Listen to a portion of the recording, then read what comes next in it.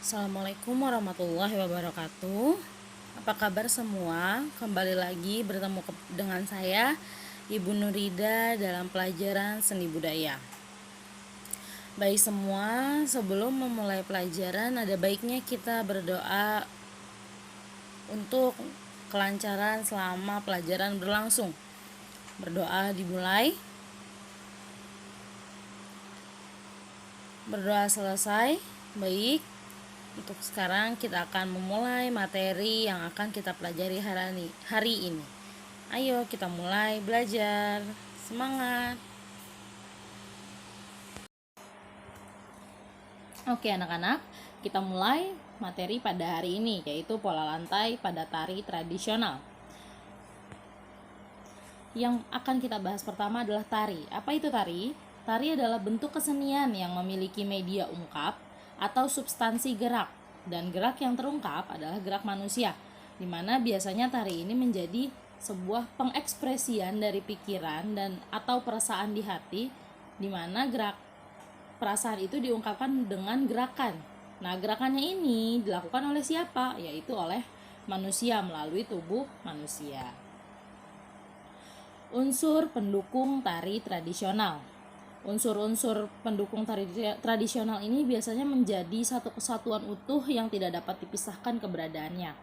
Nah, unsur-unsur pendukung yang terdapat dalam penyajian tarian menjadi salah satu bagian penting yang mampu memperkuat dalam upaya menyampaikan berbagai pesan dalam gerak yang dibawakan.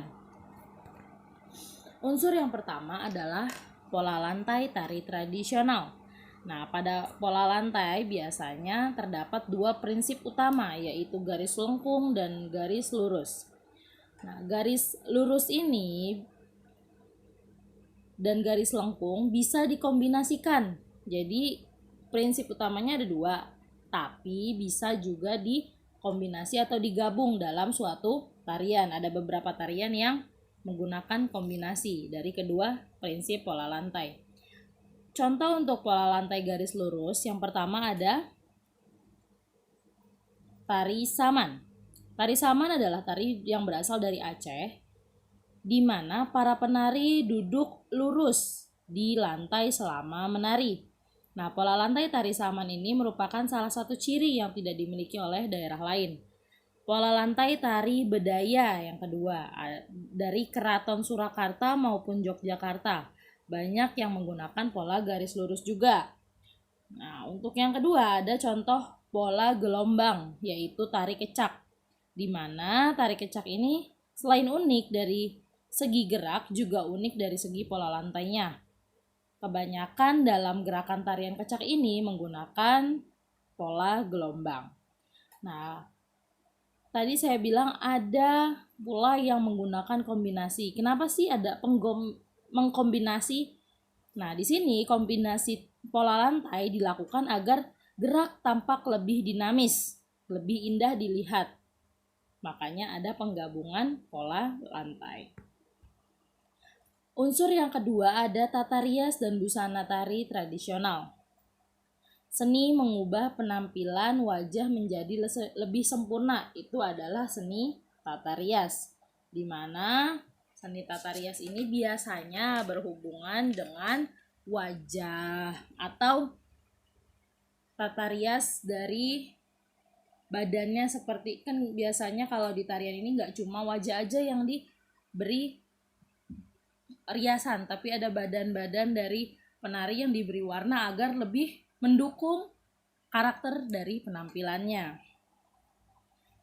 Di sini tata rias merupakan aspek yang mendukung penampilan dan telah menjadi kebiasaan sehari-hari dalam tarian.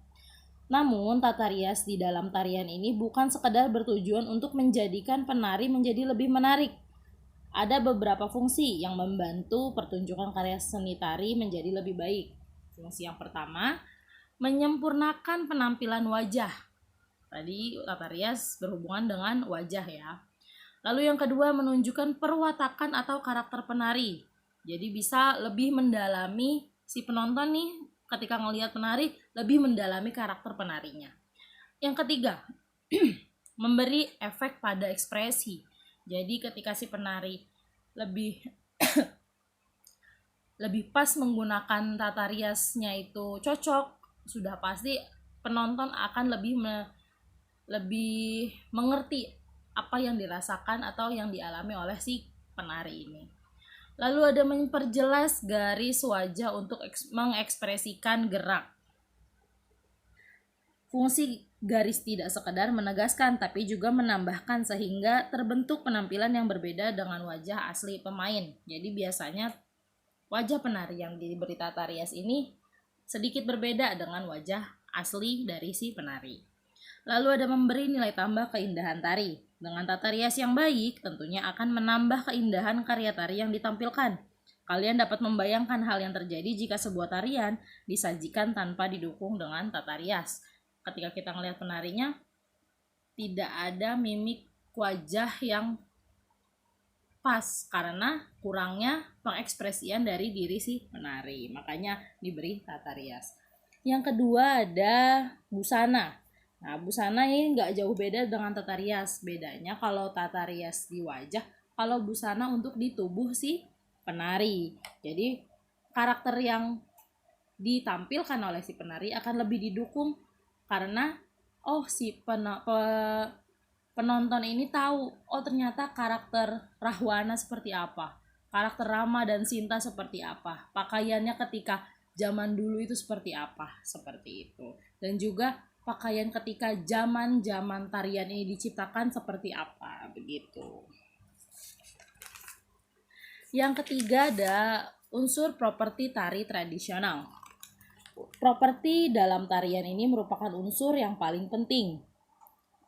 Ada beberapa tarian daerah yang tidak memakai properti, namun ada juga beberapa daerah yang menamai tarian mereka berdasarkan properti apa yang mereka gunakan dalam penampilan tarian. Nah, dalam properti tari ini contohnya yang pertama ada tari piring, di mana penari ini memegang piring di kedua tangan kanan dan kirinya. Tarian ini berasal dari Sumatera Barat. Lalu yang kedua ada tari topeng. Penari mengenakan topeng di wajahnya ketika sedang menampilkan tarian. Tarian ini berasal dari Jawa Barat. Selain itu ada juga tari payung dari Sumatera Barat, di mana ketika menarikan mereka memegang payung di masing-masing penarinya. Lalu ada tari lawung dari Yogyakarta yang menggunakan properti berupa lawung atau tombak dalam tariannya. Seperti yang kita ketahui, properti tari adalah segala bentuk perlengkapan selain kostum yang digunakan sebagai pelengkap dalam sebuah tarian.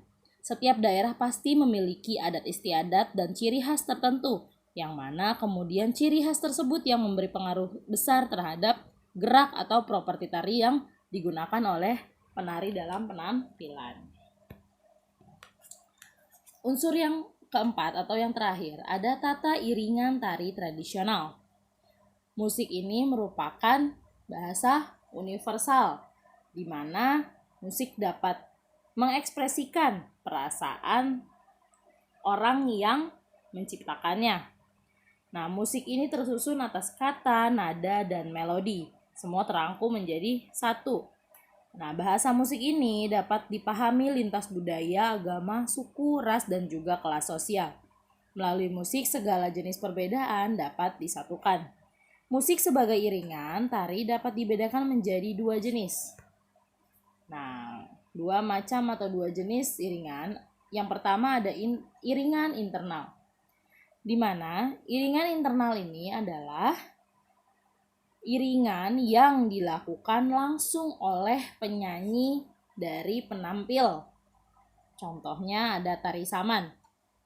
Lalu, kenapa sih tari saman disebut sebagai tarian yang memiliki iringan internal? Ternyata ketika penampil tarian tari saman ini melakukan tarian, mulut mereka dan juga tangan mereka menghasilkan suara yang membantu atau menjadikan suara-suara tersebut sebagai iringan tarian. Makanya disebut iringan internal. Lalu ada juga iringan internal dari daerah Papua, di mana para penari membunyikan tifa sebagai iringan gerakan. Jadi ketika si penari itu menarikan penampilan, Tangan mereka sembari memainkan tifa di saat penampilan tarian mereka. Yang kedua ada juga iringan eksternal, jenis kedua. Iringan eksternal ini memiliki arti iringan yang berasal dari luar penari. Iringan ini bisa berupa alat musik yang dimainkan atau pemusik atau yang berasal dari tape recorder atau rekaman. Nah, biasanya jenis tari tradisional di Indonesia lebih banyak menggunakan iringan eksternal daripada internalnya. Contohnya ada tari gambyong, di mana menggunakan iringan musik gamelan dan tembang Jawa di penampilannya. Musik iringan tari sebagai iringan gerakan memiliki arti bahwa ritme musik sesuai dengan ritme gerakan tidak sama. Jadi, musik iringan ini membantu ritme tarian dan juga penampilan menjadi lebih enak dilihat. Fungsi musik iringan. Fungsi musik iringan ada 3. Yang pertama, sebagai iringan gerakan seperti tadi saya bilang, di mana memperindah, membantu ritme musik menjadi lebih enak didengar. Lalu yang kedua, sebagai ilustrasi, di mana biasanya penampilan tarian ada pesan yang ingin disampaikan. Nah, musik ini sebagai ilustrasi perasaan si pembuat tarian, apa yang sedang dirasakan. Jadi si penonton ini bisa membayangkan, bisa mengilustrasikan di kepalanya seperti apa perasaan itu. Langsung bisa ikut merasakan. Lalu yang ketiga ada membangun suasana. Sama juga membangun suasana di mana penonton ikut terbawa suasana yang di mana penampilannya tarian itu ceria, penonton ikut senang. Ketika penampilan musiknya itu suaranya mendayu, penonton ikut sedih. Itulah fungsi dari membangun suasana. Musik dapat ditabuh secara menghentak, tetapi gerakan yang dilakukan dapat mengalir dan mengalun. Adapun musik iringan sebagai membangun suasana sering dilakukan pada tarian yang memiliki desain dramatik agar suasana yang ditampilkan sesuai dengan tujuan cerita. Baik, untuk materi hari ini cukup sampai di sini. Saya sudah memberikan tugas di Google Form. Kalian harus mencari 5 tari tradisional, di mana nanti masing-masing tari tradisionalnya ini kalian jabarkan. Misalnya tari yang pertama tadi, ada tari saman. Pola lantainya dia pola lantai garis lurus. Properti yang digunakan apa? Apakah dia menggunakan properti tari saman? Kalau tidak menggunakan properti berarti tidak usah ditulis. Lalu iringannya internal atau eksternal. Nah, setelah ditulis internal eksternal disebutkan juga apa yang mengiringinya. Tari saman internal dengan tepukan dan suara mulut dari penari. Kalau eksternal apa disebutkan iringannya. Seperti itu. Baik, mudah-mudahan kalian paham dengan materi hari ini. Saya minta maaf apabila ada kekurangan. Tetap jaga kesehatan, patuhi protokol kesehatan. Semoga kita bisa bertemu dengan segera di sekolah. Assalamualaikum warahmatullahi wabarakatuh.